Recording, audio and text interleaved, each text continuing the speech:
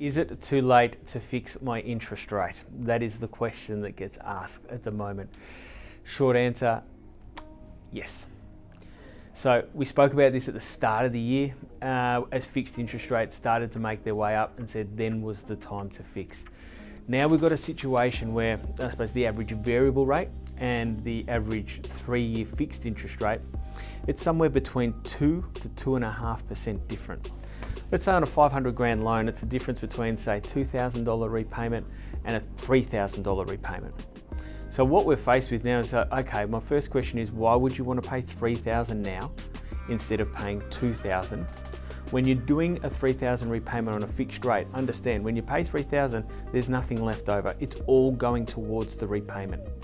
I sit there and go, right, okay, well, if you're prepared to do that, think about paying $3,000 right now onto your variable rate. The difference being is you've got $1,000 extra that you're paying into that one. That $1,000 will become and could become important as the interest rates, variable rates start to increase and make their way up.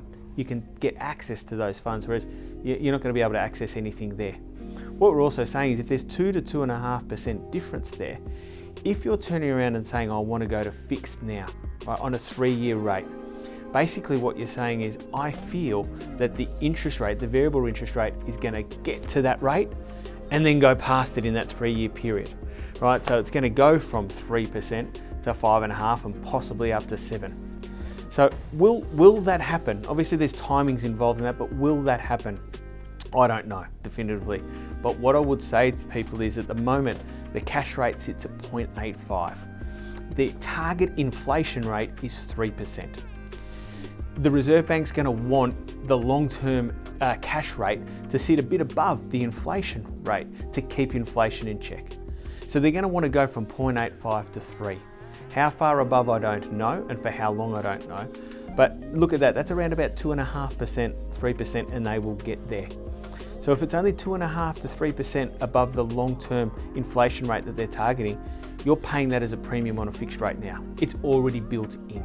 So if you do sit there and consider a fixed rate, most of them are inflexible. The only fixed rates, one of the only fixed rates I'd be entertaining is the Finance Path Premium fixed rate, because we've got a lot more flexibility than the majority of the ones out there. But if you're prepared to do that, first think about doing it on a variable rate and build yourself up that cash buffer.